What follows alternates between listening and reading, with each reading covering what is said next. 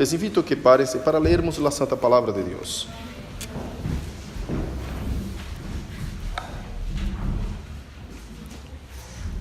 Apocalipsis capítulo 2, versículos 8 al 11. Vamos a estar trabajando y hablando acerca del mensaje escrito a la iglesia de Esmirna, la carta a la iglesia de Esmirna. Apocalipsis capítulo 2, versículos 8 al 11. Dice así la Santa Palabra de Dios: y escribe al ángel de la iglesia en Esmirna, el primero y el postrero, el que estuvo muerto y vivió.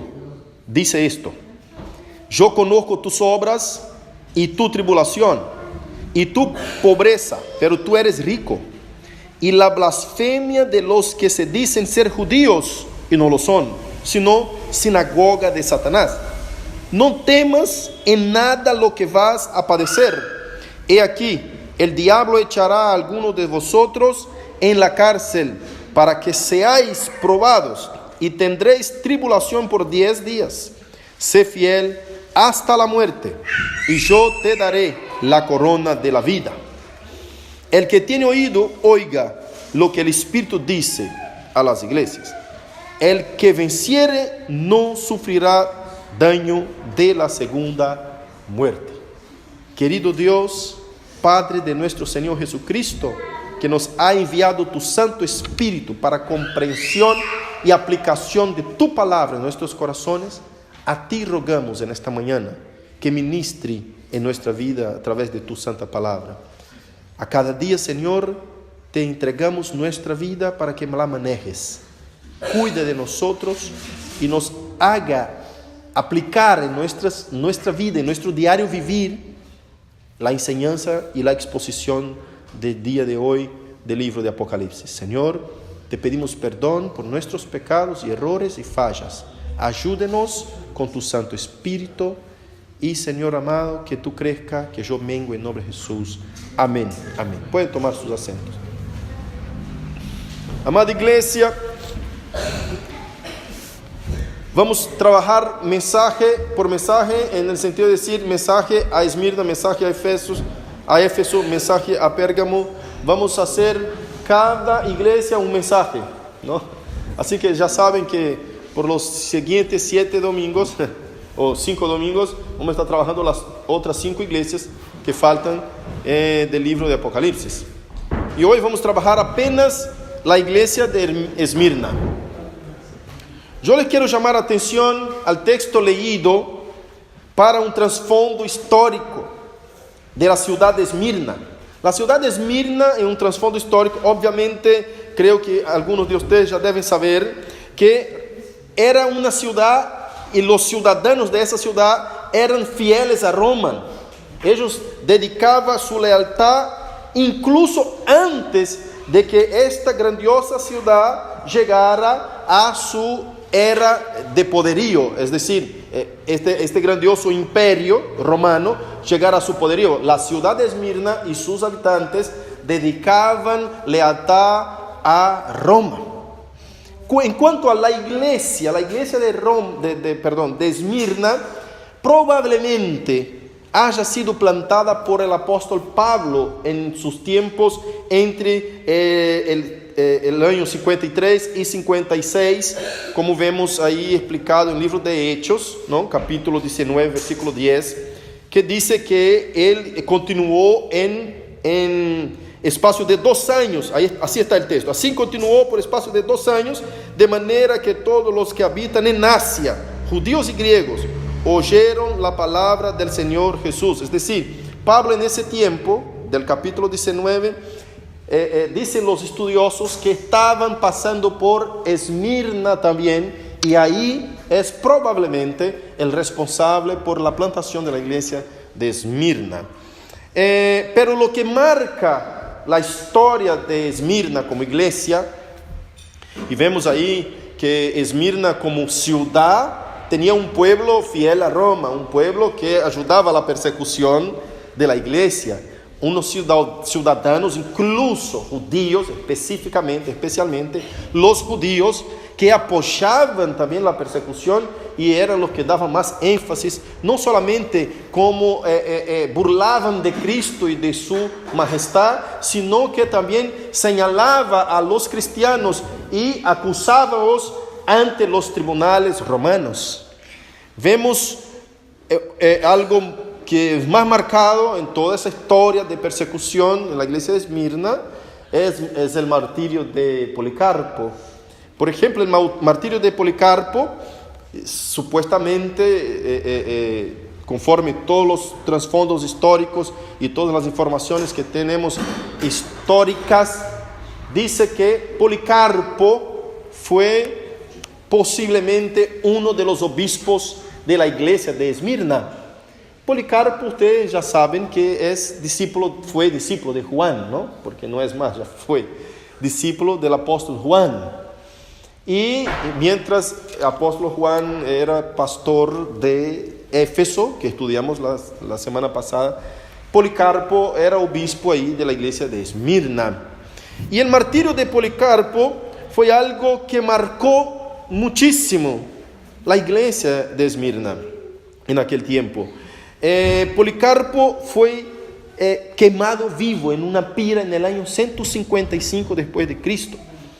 Se le pidió que dijera: César es Señor, pero él rehusó hacerlo. Y él fue llevado al estadio por el procónsul, y el procónsul le dice: jura, maldice a Cristo y te pongo en libertad. Y Policarpo le dio la famosa respuesta que estamos siempre repitiendo en todos los libros de historia de la iglesia, y a veces acá en los mensajes también. Policarpo dice la famosa respuesta que dice: 86 años le he servido y nunca me ha hecho sino bien. ¿Cómo entonces puedo maldecir a mi rey y salvador? El procónsul seguía insistiendo y Policarpo le respondió: puesto que estás insistiendo inútilmente a que jure por la fortuna de César y pretendes no saber quién soy y lo que soy, escucha declarar con intrepidez que soy cristiano. Era declarar su sentencia de muerte. Decir eso frente al procónsul: soy cristiano, porque ellos estaban buscando los cristianos que se escondían. Y él dijo: yo soy cristiano. Intrépidamente. Después agregó el procónsul, dijo: tengo aquí unas fieras a las que te arrojaré a menos que te arrepientas. Después agregó, porque Policarpo despreciaba las fieras, no tenía temor a las fieras. Él miraba las fieras y decía: hágalo, listo, pronto, lo que tienes que hacer. Y siguió el procónsul y dijo: puesto que desprecia las fieras, te haré ser consumido por el fuego, si no te arrepientas. Pero Policarpo le respondió: tú me amenazas con el fuego que quema por una hora y después de un poco se apaga.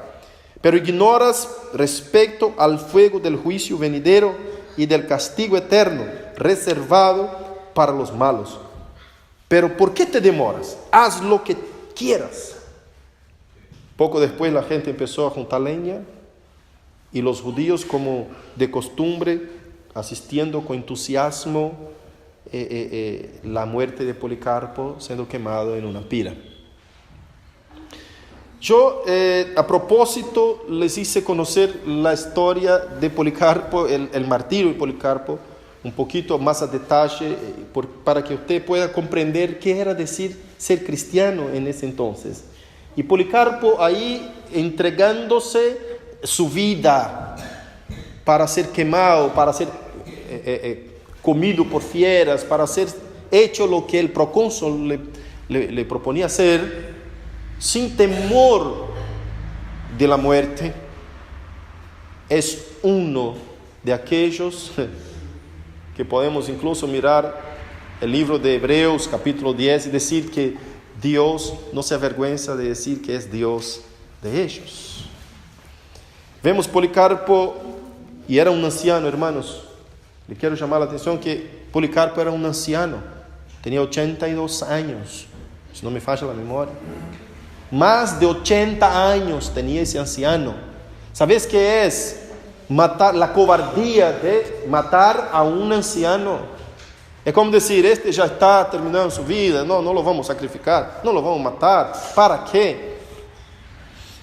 Pero mataron a un anciano, porque la respuesta de él dijo, por 86 años, ahí está la edad, por 86 años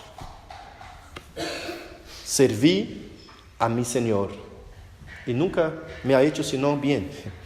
¿Cómo puedo ahora entonces negar a mi Señor y Rey y Salvador?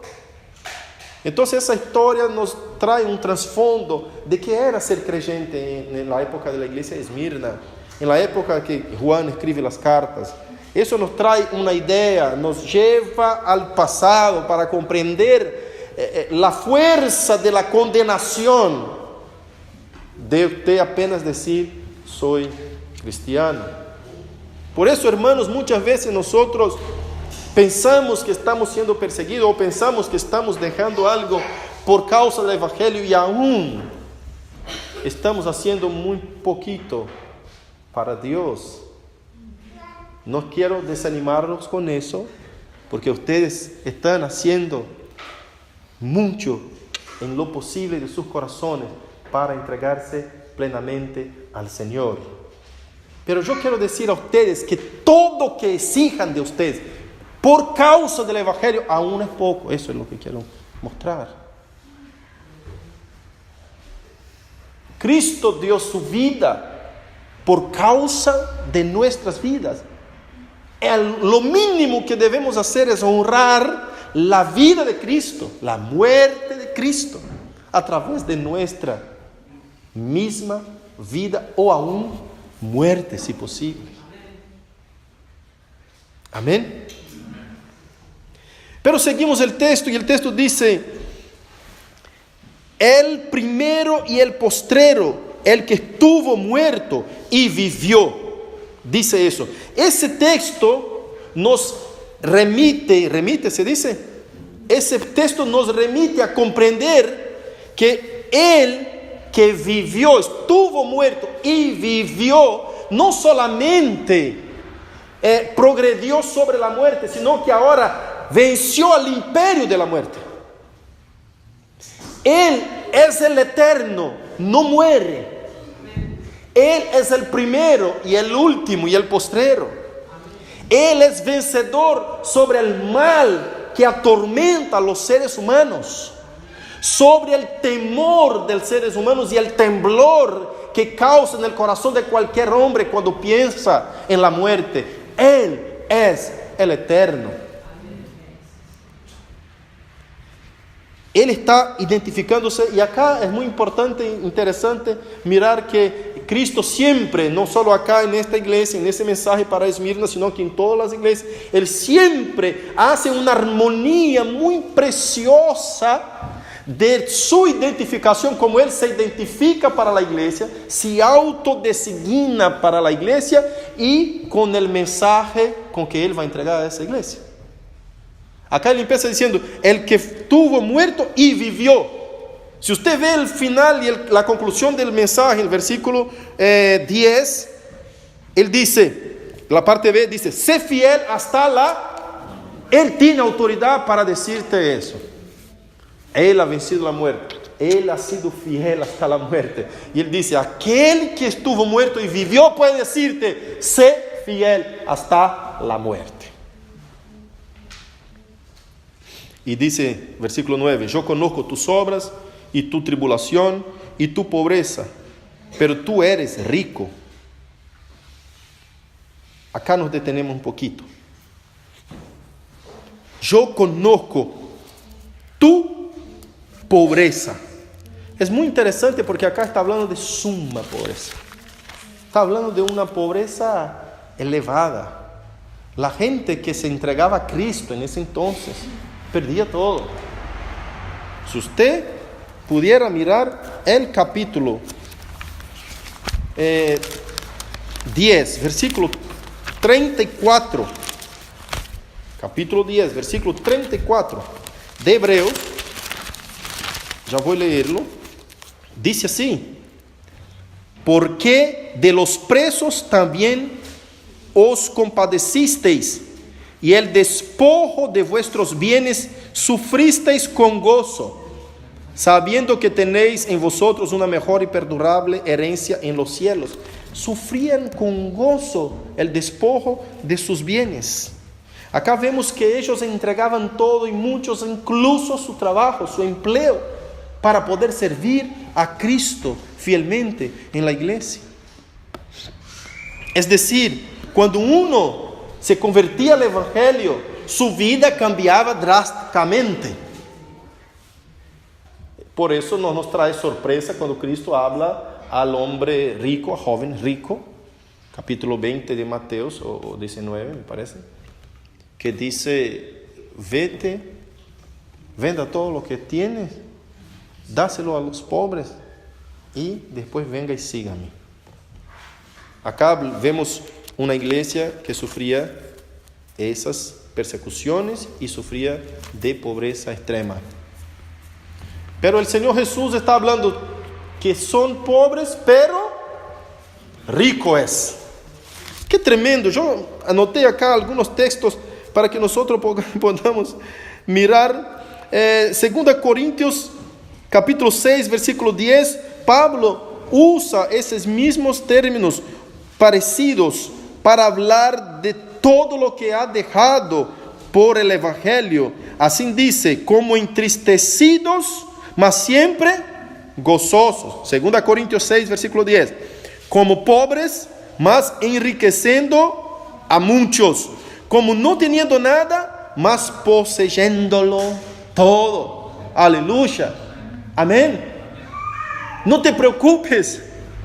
Ese es el mensaje que el Señor Jesús está enviando a esa iglesia.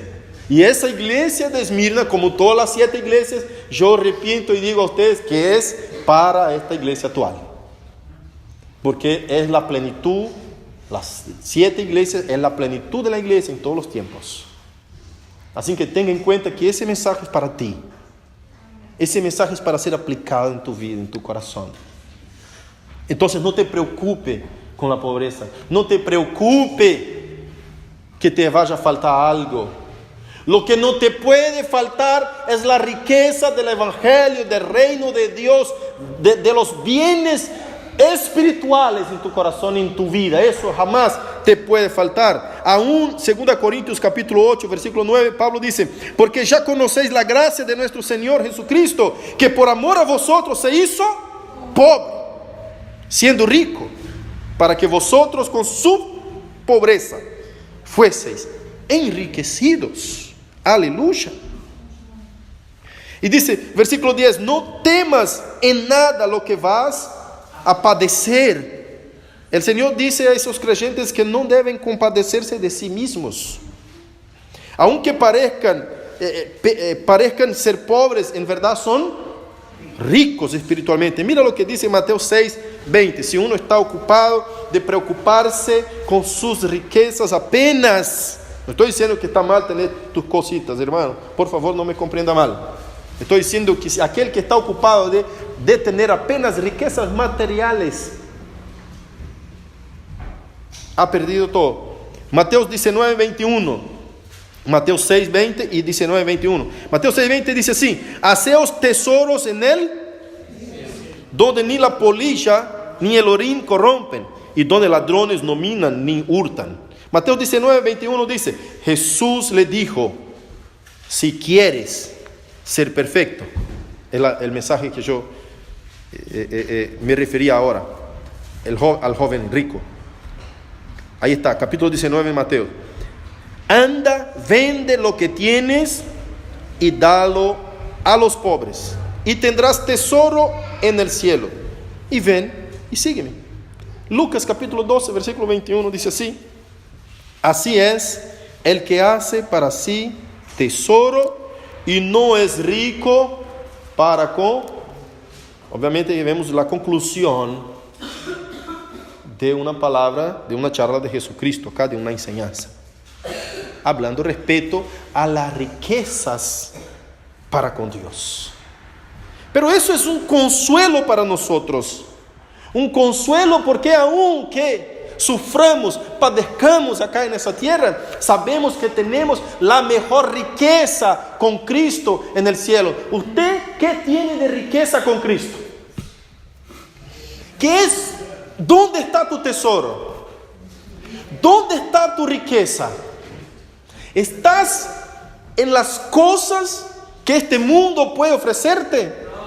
Por eso decimos siempre que la línea de visión interpretativa que nosotros llevamos en Apocalipsis no es una línea escatológica en donde las cosas van a mejorar y mejorar y mejorar, y cada día va mejorando, y la iglesia va tomando pose, y va tomando espacio, y va tomando gobierno, y vamos nosotros los hermanos tomando posiciones de reyes, y posiciones de gobernadores, y posiciones de presidentes, y cuando venga Cristo a arrebatar su iglesia y coronar el reino, es la cerecita sobre el postre que viene, ya está todo arregladito, la iglesia militante trabajó, hizo todo, y Cristo viene y corona apenas a los fieles ahí, entréganos el reino para gobernar y dominar sobre todos los demás.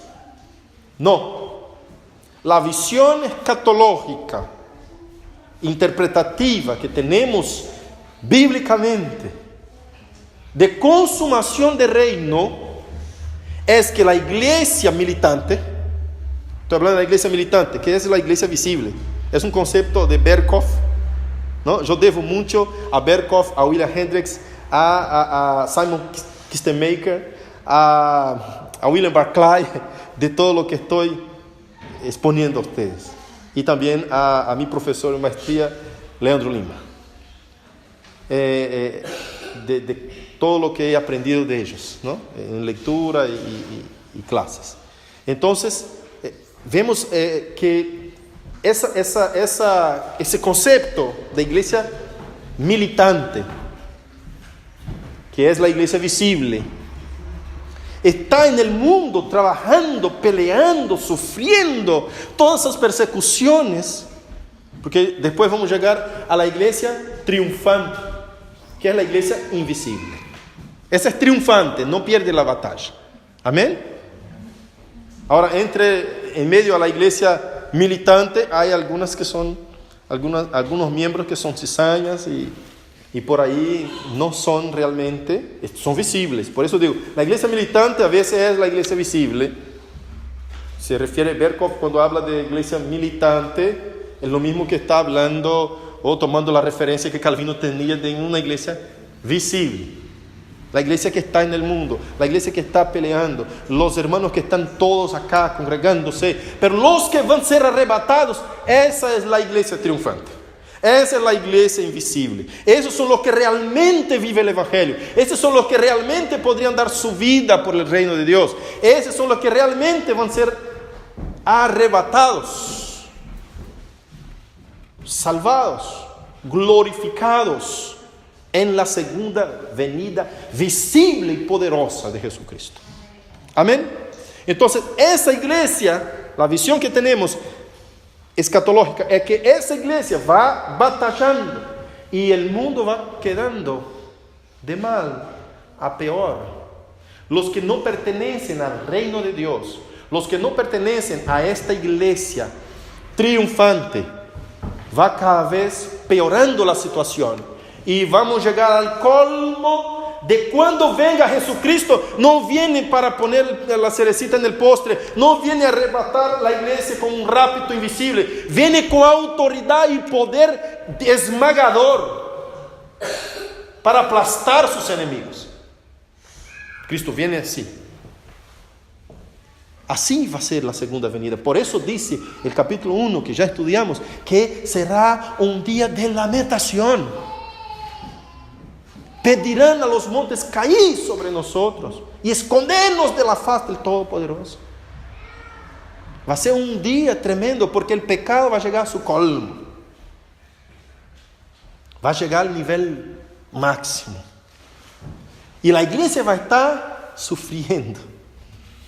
Imaginen, hermanos, cada vez que nosotros vemos el pecado aumentar, y ahora estamos enfrentando una batalla diferente que aún no habíamos enfrentado, por lo menos en nuestra generación.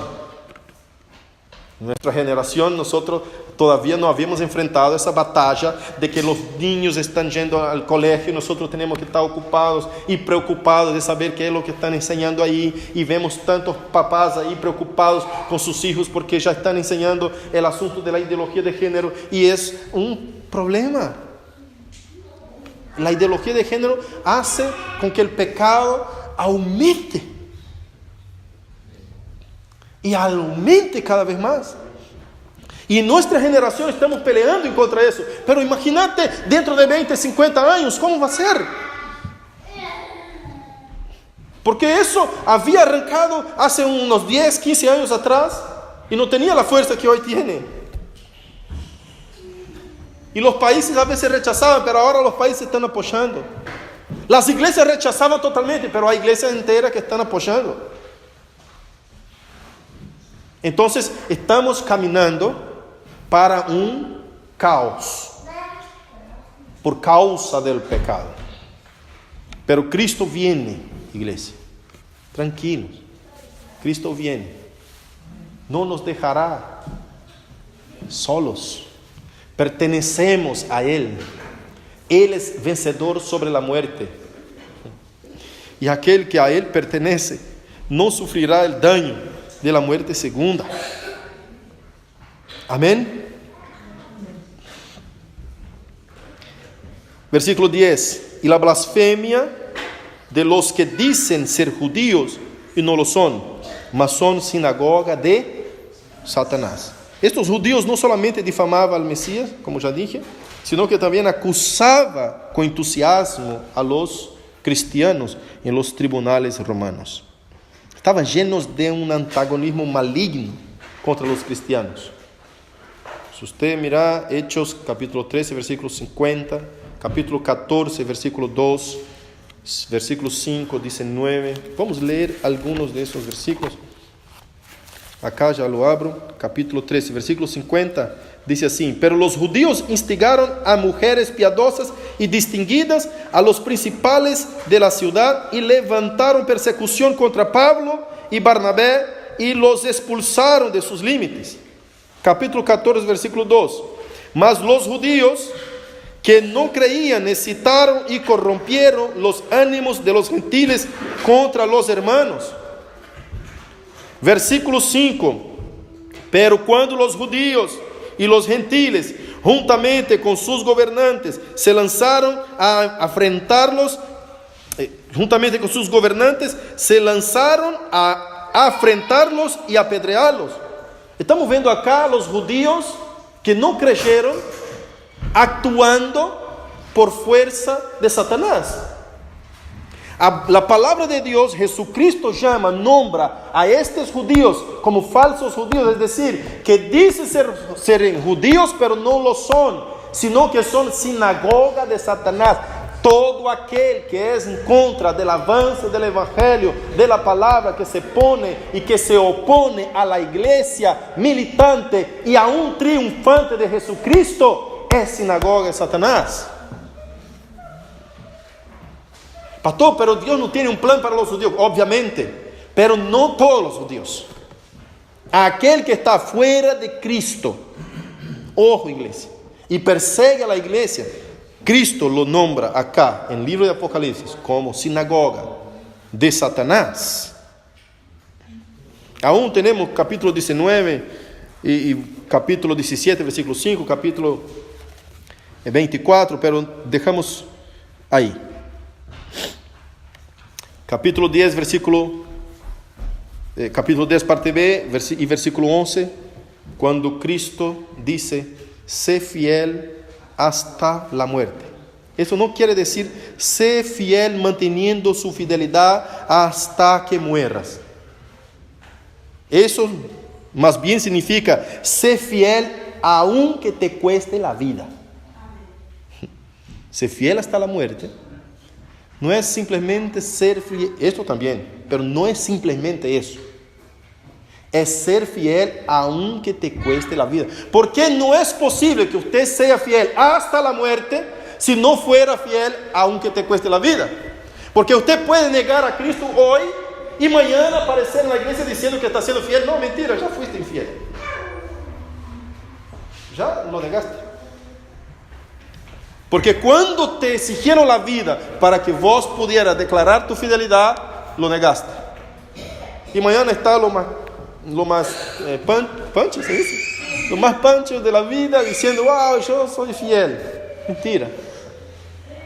Hay un corazón perverso que te ama a ti más que a Cristo. Y si uno es capaz de hacer eso, es capaz de hacer cualquier cosa por sí mismo. Obviamente que nosotros, como seres humanos, tenemos que pelear en contra de nuestro egoísmo y nuestro egocentrismo todos los días, iglesia. Cada vez debemos luchar en contra de nosotros mismos. Nosotros somos muy generosos con nosotros mismos. Nosotros cualquier cosita decimos que estamos siendo humillados y la verdad no fuimos humillados. Deje que el otro reconozca tu humillación, que diga, cómo fue humillado el pastor ahora. Cómo humillar a Rubén, quedó callado. Wow. Porque quizás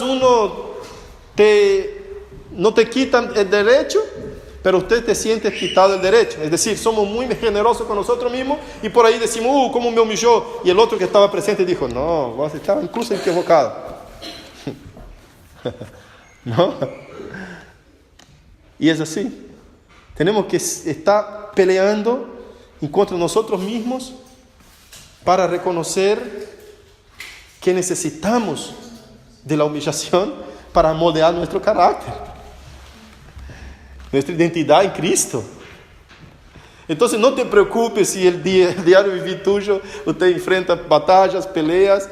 Sos una iglesia triunfante y también es una iglesia militante que está ahí peleando, luchando en contra de tu egocentrismo, en contra de tus deseos. No te preocupes, tenés que ser así. Pero cuando esa batalla se terminar en tu corazón, ahí preocupate.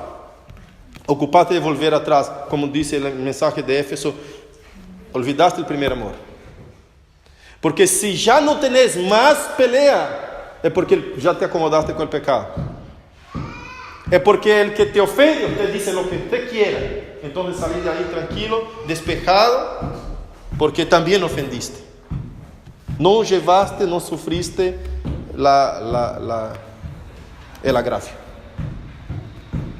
Entonces, ahí sí tenés que preocuparte. Pero mientras esté peleando y venga llorando diciendo, pastor, ayúdame en oración, está duro, está difícil, pastor amado, no sabes lo que me hicieron ayer. ¿Vos qué hiciste? Y pastor, yo me recordé la palabra de Dios, me callé, di la otra mejilla. Aleluya, gloria a Dios. Aún sos cristiano. Hay una historia, ¿no?, que dice que llegó unos soldados, me contaba Betty también por otra versión que conocía. Llegaron unos soldados y tenía un pozo ahí donde estaban los misioneros reunidos y predicando algunos grupos, y llegaron un soldado, llegó con una ametralladora a un lugar en donde no se podía predicar el evangelio, y con la ametralladora la apuntó a todos, dijo, ¿quién es cristiano acá? ¿No? Y todos calladitos. Nos va a matar, se decimos. Yo quiero saber quién es cristiano. Encontré en donde ustedes están reunidos, ¿eh? Ahora decime, ¿quién es cristiano acá? O están acá de visita. Callado. Unos 2 o 3 levantaron la mano. Una señorita así viejita dijo, yo soy cristiana. Sí, yo soy. La paz del Señor Jesucristo, hermana. Aún tenemos 3 cristianos. Ustedes pueden irse. Yo también soy creyente. Vamos a seguir el culto. Ustedes son creyentes, los demás pueden irse.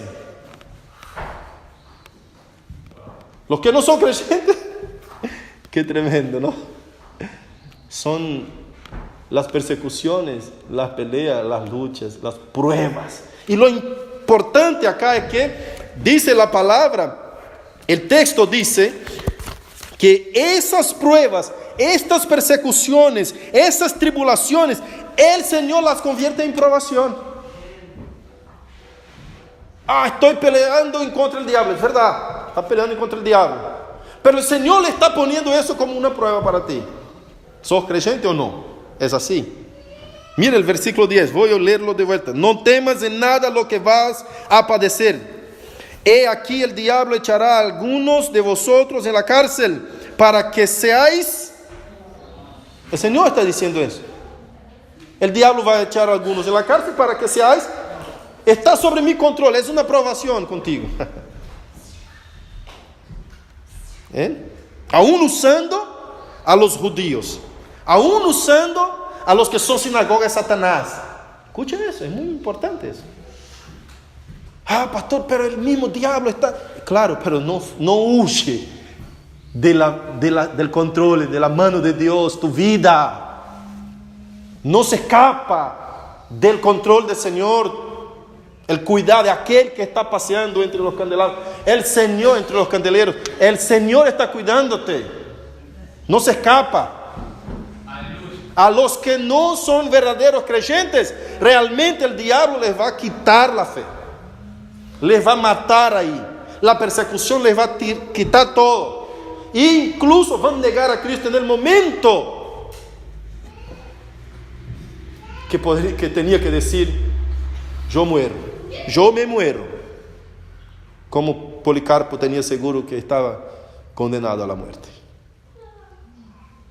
Entonces el diablo va a levantar y Dios va a tomar esa tribulación y va a decir: acá está, Marcelo, toma, vete, es una prueba apenas, resistí.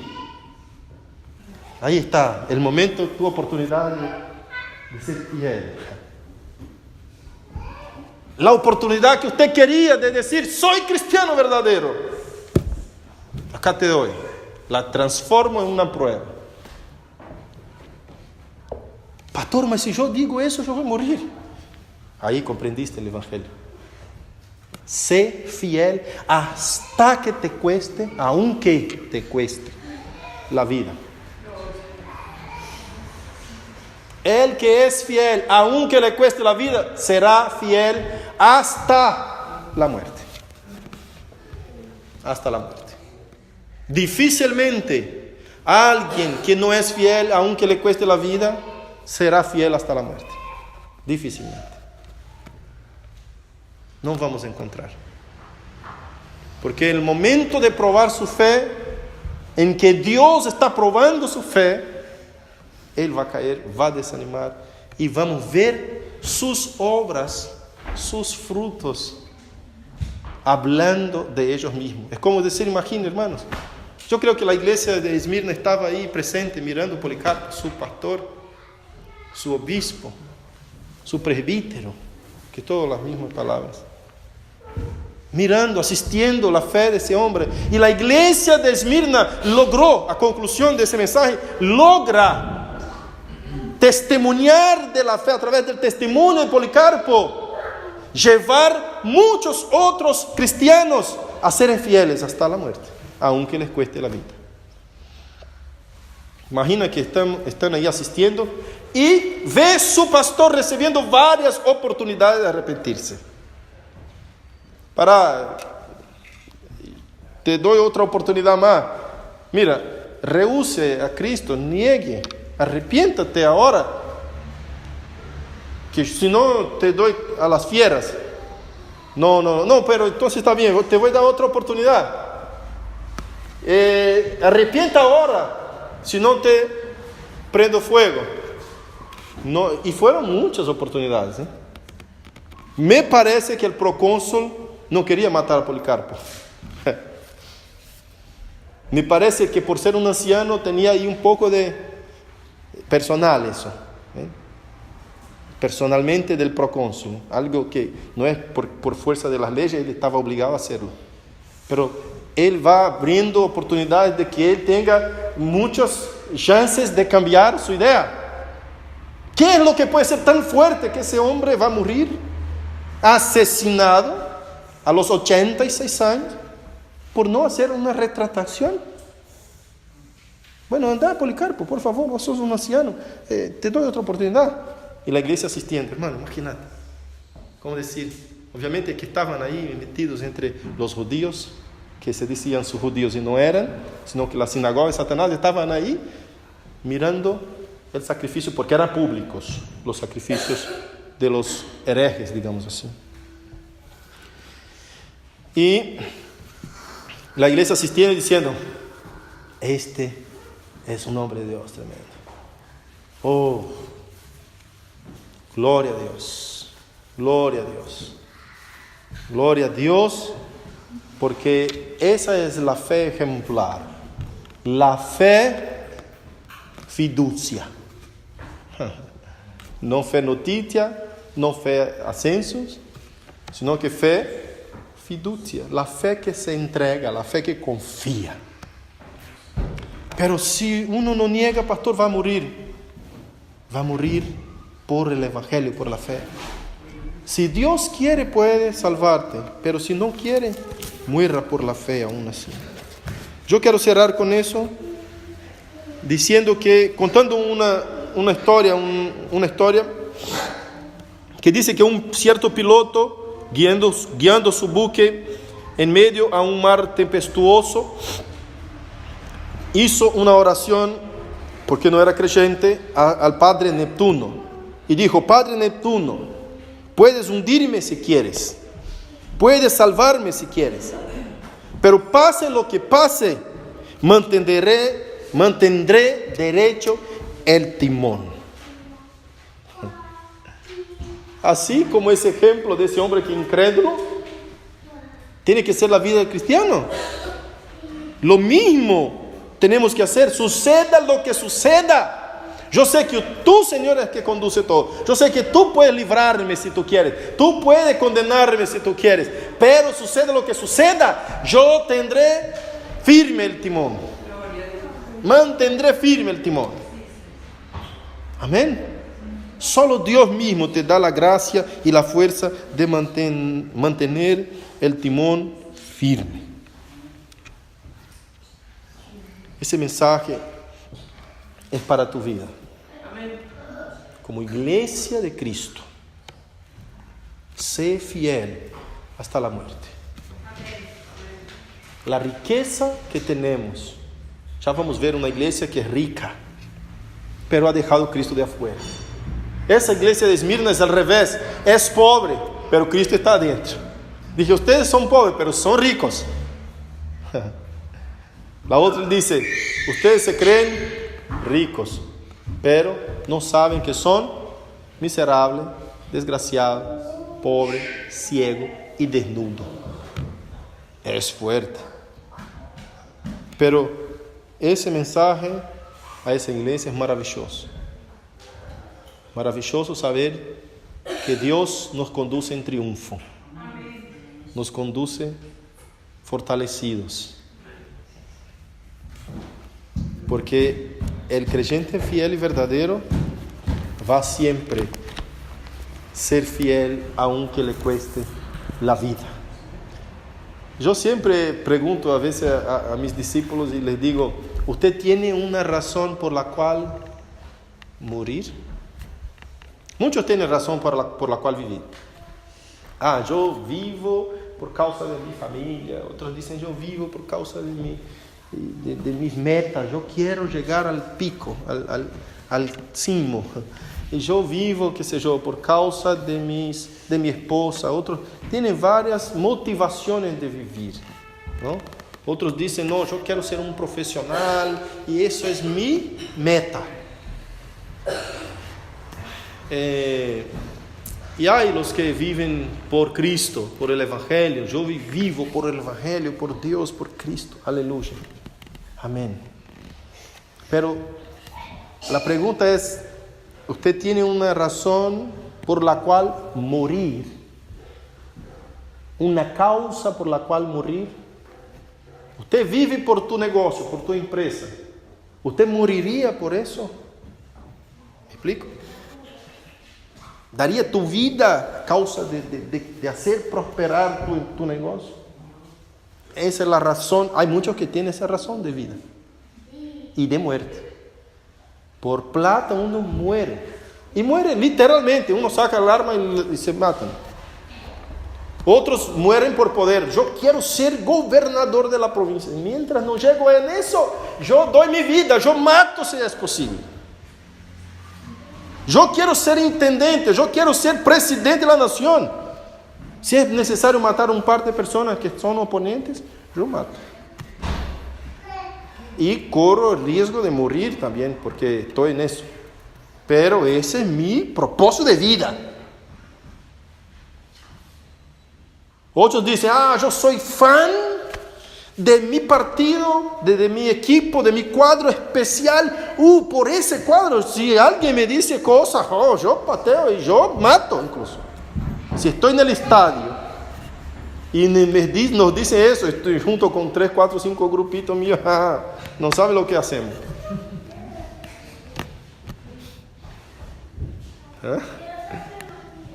Pero yo les doy una razón por la cual morí. Cristo Jesús, la palabra de Dios, la fe de la verdad, los principios de vida que Cristo nos ha dado acá.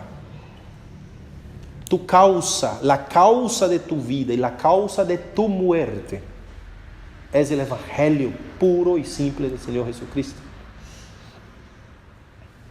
Cuando usted te olvida eso, va a saltar los principios de la Biblia y va a cambiar y vender tu primogenitura, tus valores, por nada. Nunca se olvida eso. Tenga firme en tu corazón que por esa causa usted moriría.